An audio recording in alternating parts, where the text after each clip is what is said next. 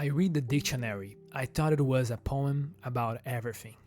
Yeah, the Dictionary of Obscure Sorrows. How many different feelings and sensations that we found here and talked in our other videos. And this is the final episode of our Feelings Humans Can't Explain series. So in this video we are going to look at some of them, the last ones that I choose for us, and also remember what all those feelings mean and what is this concept of feelings that humans can't understand and or explain at all. What can we take from all of that? Let's go. To make the video, I went to the website of Obscure Sorrows again, as I always do, as most of you guys must already know. And I was also looking to our list of feelings that I have already talked in the previous videos, and how complex and how full of different things that this website and this book has, because it's inspired in a book.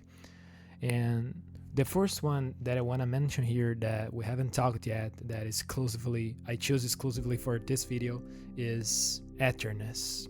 Eternness is the wistful feeling of looking around a gathering of loved ones, all too aware that even though the room is filled with warmth and laughter now, it won't always be this way.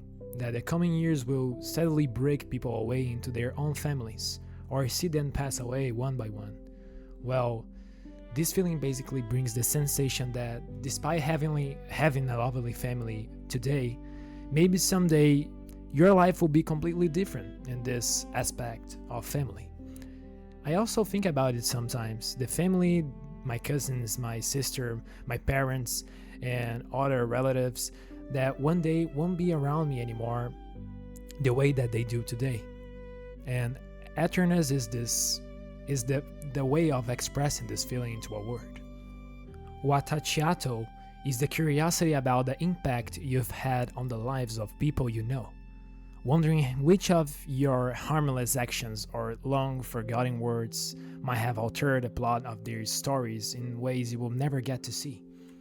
Sometimes I remember about things that I say to people that I kind of regret about it, but sometimes we don't have the opportunity to talk back to them and say sorry for many things, and like what or how much my actions have affected other people in a bad way that I will never be able to reconstruct it in a good way or even change the results of it.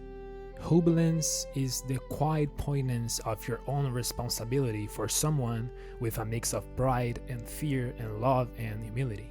Feeling a baby fall asleep on your chest, or driving at night surrounded by loved ones fast asleep, who trust your implicity with their lives.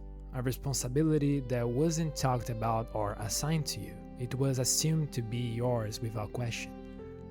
This feeling, it's much related to responsibility. How much our life implies on other people's lives. Sometimes I think one day I will be a dad and I will have a child of mine, and I will carry this child, and I will probably have another child later, and I will raise these children, and like, well, it will be a big responsibility, much more than everything that I have now.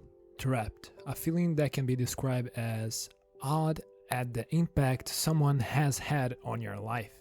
Feeling intimidated by how profoundly they helped shape your identity, having served as a ghostwriter for a work that nevertheless only appears under your name. And I think that we can consider this feeling the opposite side of Wattachiato, because this time you're looking for the impact that someone has had in your life. And Wattachiato is when you look to the impact that you have had in others' life. Like, I think both of these feelings just show us how we're linked to each other in this sensation and feeling stuff. And in my opinion, it sounds like some kind of legacy that we have on everything and everyone. Well, I was thinking if I should add more feelings to this video, but since this is the last part, I wanted to basically resume and gather everything, or at least the most important things that I consider that we saw during this series. Like, This website and this book concept is extremely profound. Seeing how John Koenig basically gathered many different feelings that people feel but couldn't explain with words, but then they can finally understand better what they feel, the names for it, it's awesome. And you guys really seem to have liked it. And now I see the list of feelings that we talked in the previous parts, like kairos, the feeling of a joy in the moment that will suddenly disappear and you know it. Or maybe klexis, which is the art of dwelling into the past and looking for things that you have lived, but it's a little different from nostalgia. Or osholism, the awareness of how small and limited your personal perspective is. Or maybe joska, hypothetical conversations in our minds that we play again and again. You know how many different feelings and sensations that we can name by ourselves, or maybe we will never be able to name some different things.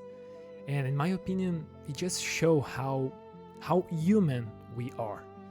And maybe many of these feelings, we wouldn't be able to name it without the help of others, because this website, I think that many people can go there and add things. I don't know how it works exactly, but this book was basically the first opportunity that we had to see this concept. One day you will feel something, you will probably feel something that you won't be able to name it. And maybe this feeling will be written down on this website, or even it's already written down in the book and you don't know it. But the point here is everything that we feel, we can share it with others. Many people won't be able to understand your feelings. Some people will be able to understand it. And many things you yourself, you won't be able to identify what you're feeling in the moment. And that's actually the beauty of it. Some feelings were not made, or they simply do not exist to be named or fully comprehended, just felt by us. And I'm pretty sure that every time that I feel something that I won't be able to explain to myself properly, I will remember about this website. I will remember about this book, about this series of videos, and about how much you guys liked it. I would like to thank you all for watching till here, watching the episodes of this series, and also showing me that sharing my ideas was possible. Bye guys, see you in the next video.